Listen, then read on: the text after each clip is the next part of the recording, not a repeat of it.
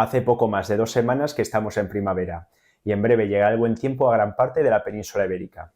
Otro año más que nos olvidaremos y que seguiremos tolerando unas cifras vergonzosas de pobreza energética en nuestros hogares, las cuales no han parado de aumentar en los últimos años y que en el caso de España son el doble respecto a 2019. Pero no pasa nada, porque comenzaremos a autoconvencernos de que no hace tanto frío en casa y que con un par de mantas está bien para ver Netflix. Además, una bebida caliente con temperatura del exterior en casa sabe mejor. Y ya de paso cuidaremos el planeta, que esto de mantener una temperatura medianamente razonable durante el invierno en nuestros hogares es un lujo asiático y necesario. De esta forma, en España y Portugal nos hemos puesto a la cabeza de la Unión Europea en pobreza energética. No obstante, seguiremos escuchando los típicos comentarios del frío que debe hacer el norte de Europa y de cómo vienen los guiris en verano buscando un rayito de sol, como si nos estuviésemos compadeciendo de ellos, cuando en los países de días interminables de sol y terrazas cálidas es donde verdaderamente se pasa frío en invierno. ¡Comenzamos!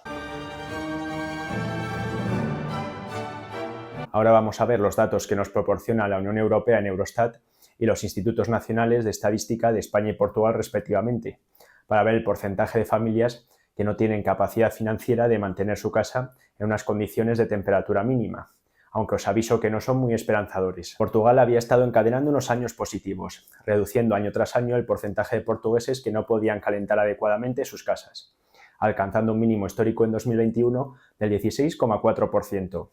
Esta cifra no es baja, pero si lo comparamos con 2014, en que casi el 30% de la población no se podía calentar en sus hogares, esto es una gran evolución. Sin embargo, esta tendencia a la baja se ha acabado y tristemente volvió a repuntar en 2022, llegando al 17,5% de la población.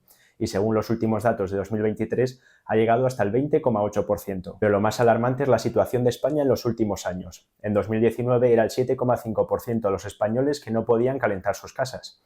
Sin despreciar esta cifra, al menos estábamos cerca de la media de la Unión Europea, que era del 6,9%. Pero en 2023, según los últimos datos, ha subido hasta la friolera, nunca mejor dicho, del 20,8%, igual que en Portugal. Haceos a la idea de que en la península ibérica, una de cada 5 personas que vemos por la calle o por nuestro entorno pasa frío en sus hogares, y tengo sospechas no infundadas de que son más. Ahora bien, ¿dónde nos encontramos en relación al resto de países de la Unión Europea? Tradicionalmente era Bulgaria quien lideraba la tabla. En 2022 llegó al 22,5% de la población que no podía calentar adecuadamente sus casas.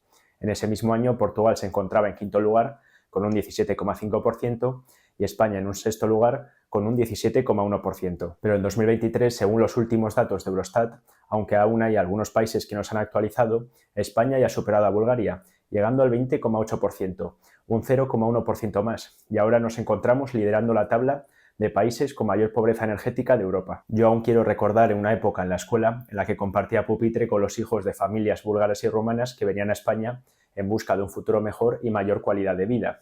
Espero que no sigamos por este sendero del empobrecimiento.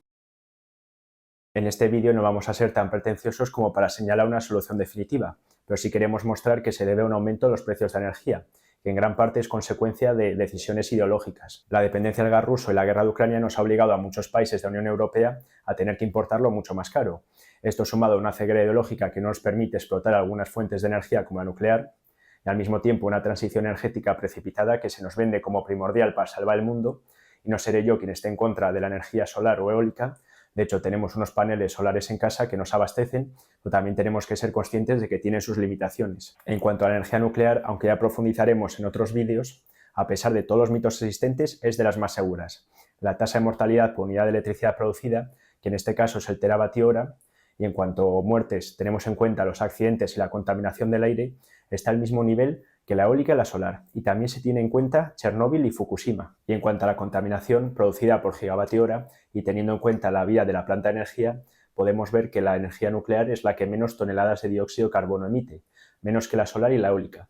Sin embargo, en España estamos decretando el cierre de centrales nucleares que no tienen ningún tipo de defecto en los próximos años. Ahora me gustaría que fueses tú quien opinase acerca de la deriva de la pobreza energética en España, si crees que va a mejorar o no, o si existe algún tipo de solución. También me gustaría preguntarte si estarías dispuesto a perder calidad de vida en pro de una transición energética. Espero que os haya gustado este vídeo más reivindicativo y hasta el próximo.